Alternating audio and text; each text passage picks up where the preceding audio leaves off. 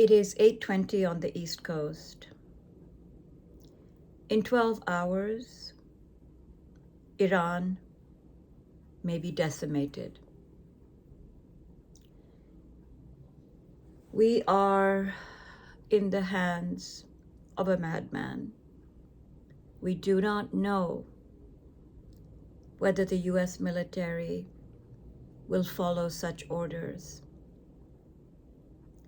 What we do know is what Trump is saying this morning on Iran. He is saying, and I quote, "A whole civilization will die tonight." Let me read that again. The President of the United States is saying on Iran, a whole civilization will die tonight. Trump is telling us that he is willing to kill 93 million Iranians. And those who don't die tonight, life will become unlivable for them.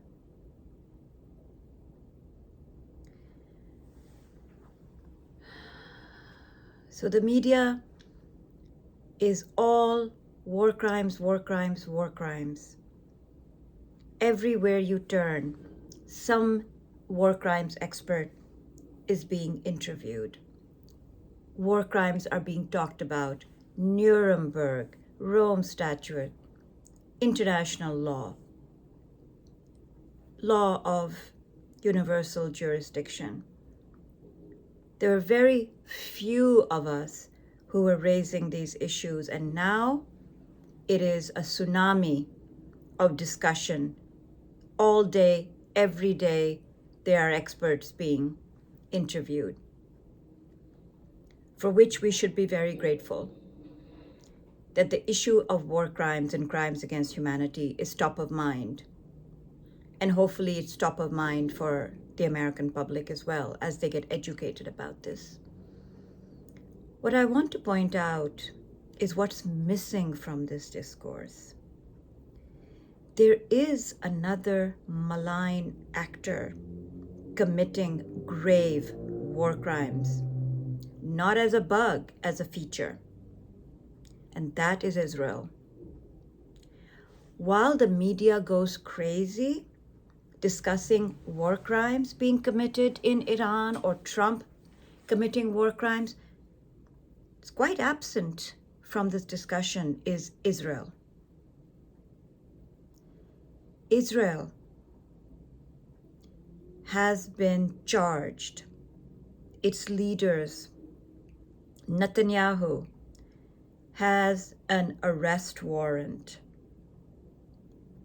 on him for committing grave crimes against humanity, i.e., genocide in Gaza. Every day, Israel is committing war crimes still in Gaza, in Lebanon, and oh yes, in Iran, where Israel is busy assassinating, destroying civilian life, killing civilians, and doing everything possible to erase civilization. They're way ahead of Trump, who today says a whole civilization will die tonight. Well, Israel has been very helpful, Mr. Trump, in getting you there. So when we talk about war crimes that American troops may commit, we must talk about the war crimes that the IDF is already committing and has been committing for years now. But amazingly, that is absent from the discourse, that while we are willing to call the American president a war criminal, this media is still hesitant and reluctant to call Israel call Israel out and say Israel has been committing war crimes. And this takes me to the Gaza war, where anyone protesting that war or calling it genocide was doxxed, hounded, thrown out of universities, arrested, thrown out of their jobs, literally hounded. Couldn't call it genocide, couldn't call it occupation, couldn't call it war crimes. Remember that? Remember what the anti-genocide protesters faced? The full force of law enforcement in every city, every state of this country. And in Germany, slammed against walls, face down, thrown on the floor, arrested, women's hair grabbed, dragged by their hair in Germany. Yes. And now it's all war crimes, war crimes, war crimes. Good. But let's continue to be honest. The biggest war criminal is helping Trump erase civilization.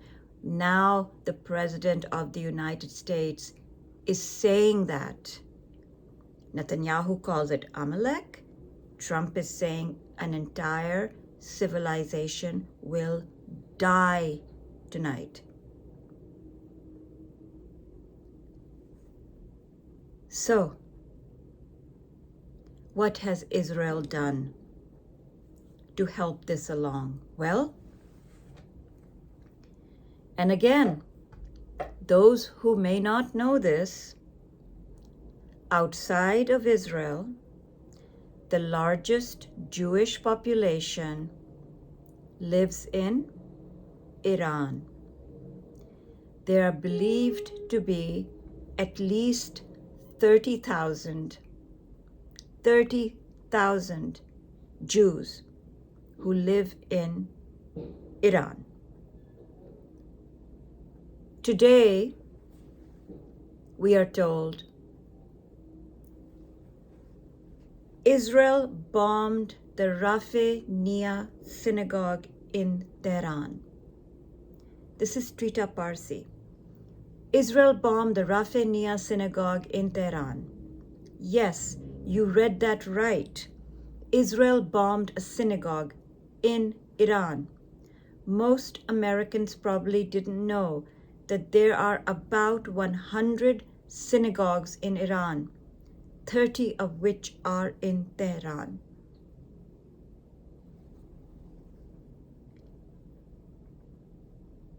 Iranian Jews are posting today, showing the destruction to their synagogue. And they're saying, you destroyed this synagogue on Passover.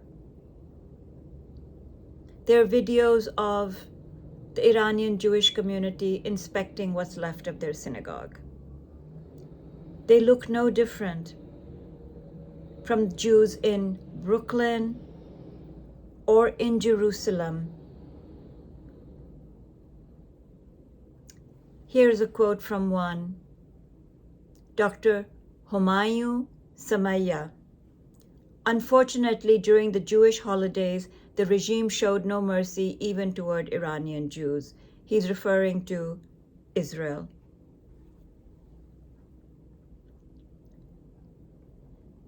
Yesterday, PBS News interviewed Lieutenant Colonel Rachel Van Landingham.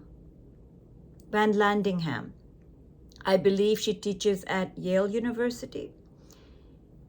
And she said about war crimes, Trump is both threatening a war crime and he's engaging in war crime through rhetoric itself.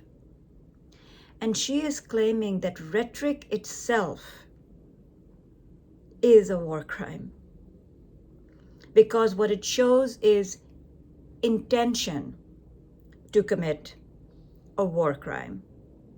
And we could all watch this on clips from PBS News last night, and the interviewer is Amna Nawaz, who is the co-anchor of PBS News. So anybody who's interested in this perspective, you can watch that on PBS News.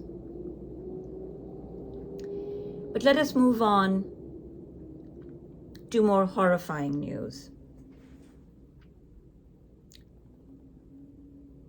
Israel is terrorizing Iranians today. And we must understand that it's not just terrorizing Iranians. With every declaration, the Israeli government is terrorizing Israelis. Why? Because Iran will retaliate, Hezbollah will retaliate, incoming missiles, screaming sirens. So they're terrorizing their own population because retaliation is assured. Escalation is assured. Israeli society is living in bunkers and shelters.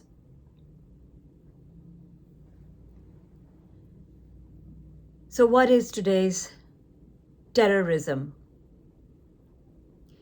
Israel is telling Iranians to stay away from trains. Do not get on trains, do not get anywhere near train stations or train tracks. You want civilian harm? There it is. Israel is telling Iranians they're going to bomb their trains and their train tracks. Yes, terrorism, war crimes, crimes against humanity, erasure of modernity and civilization is all being telegraphed loudly to Iranians and to the world.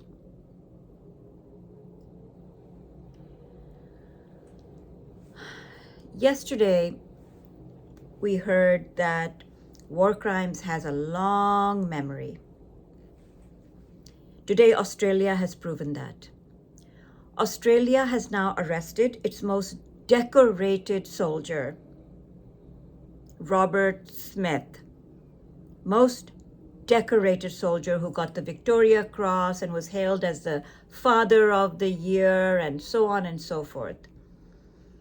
He was arrested for killing unarmed civilians in Afghanistan between 2009 and 2012. He served 6 tours and he ordered the killing of unarmed Afghans, and he ordered his subordinates to kill them.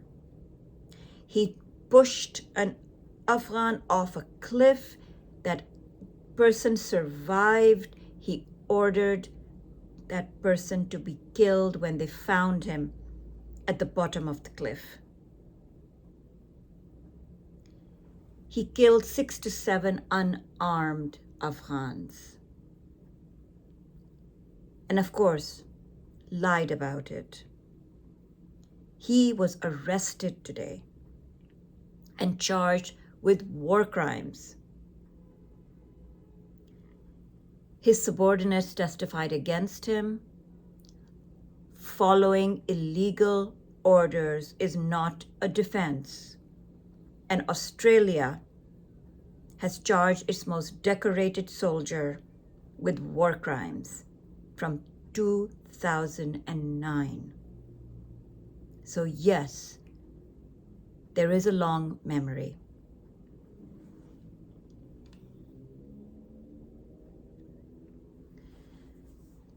Let us remember that in 12 hours, America will commit an act of unmatched terrorism. The President of the United States is saying, civilization will die tonight. Do we remember all those who capitulated to this president? Forget his voters. Everybody has a right to vote. They voted for him. But what came after that? Utter capitulation. Maybe that's why he thinks Iran will capitulate, because the most stony law firms capitulated to him. The most revered universities capitulated to him.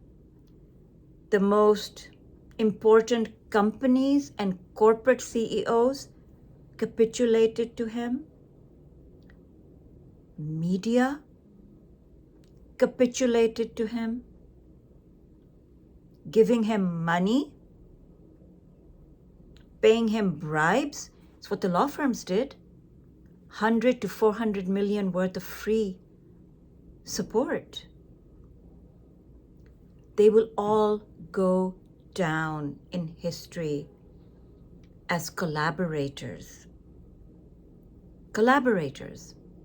Yes, that is what we call them.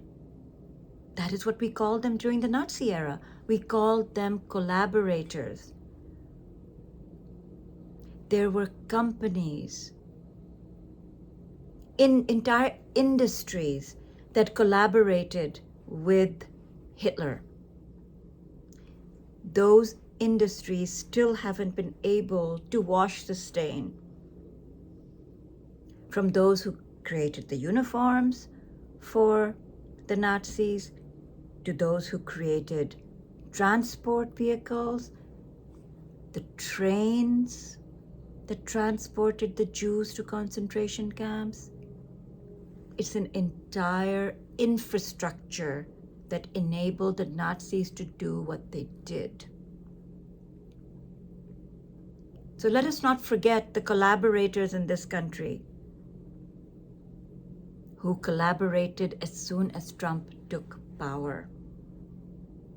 I just want to remind everybody what had happened in this country.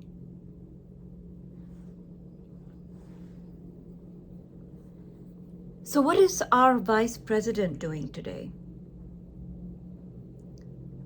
The vice president, who is one heartbeat away from the presidency, one heartbeat away from becoming commander-in-chief.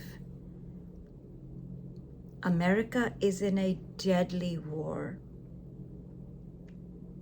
where millions of lives are at risk, where the current commander-in-chief is saying that civilization will, not may, civilization will die tonight. What is the vice president doing? He and his wife are in Hungary on a 2-day trip to bolster the Hungarian autocrat, who is trailing by double digits in the polls. The Hungarian election is this weekend. Viktor Orban is one of the most autocratic leaders in Europe. And he is projected to lose the elections this weekend. So J.D. Vance has gone to Hungary to interfere in the Hungarian election and try to put his thumb on the scale to have Viktor Orban elected. Viktor Orban is very, very close to Putin and has done everything possible to get in the way of sanctions or any kind of way to stop Putin from what he's doing in Ukraine and going further. He has told Putin he's at his service. So J.D. Vance has rushed to Hungary to try to bolster the electoral prospects of Viktor Orban. And he is going to attend a political rally. The Vice President of the United States is going to attend a political rally with the autocrat of Europe,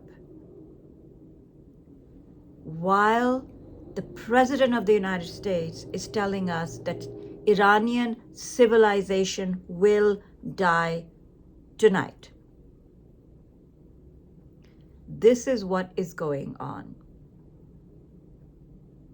Perhaps things will change later on today. It is only 8:30 in the morning. So no point talking about who's negotiating, what Pakistan is doing, all of that. What we need to focus on is what the woman from Yale said. It's not just whether he will commit war crimes. The fact that he is narrating and he is using language of war crime intent is enough. Again, I want to close this with Trump this morning has said about Iran, civilization will die tonight.